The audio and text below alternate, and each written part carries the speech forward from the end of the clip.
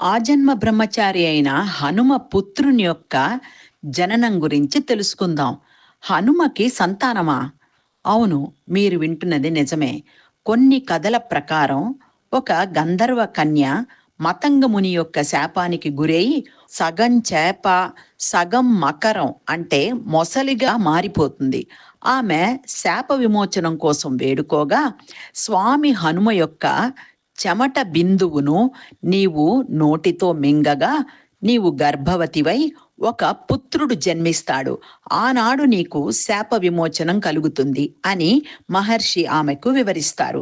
కొన్ని కథనాల ప్రకారం సేతు నిర్మాణం అప్పుడు, మరికొన్ని కథనాల ప్రకారం లంకా దహనం చేసిన తరువాత హనుమ చెమట మింగిన చేప ఒక కుమారునికి జన్మనిచ్చి ఆ బిడ్డకి మత్స్యవల్లభుడు లేదా మకరధ్వజుడు అని నామకరణం చేసి పుత్రునితో నీ తండ్రి హనుమ నిన్ను కలుసుకునే రోజు వస్తుంది, అంతవరకు మహిరావణుణ్ణి సేవించు అని ఆదేశించి శాప విమోచనం చెంది వెళ్ళిపోతుంది.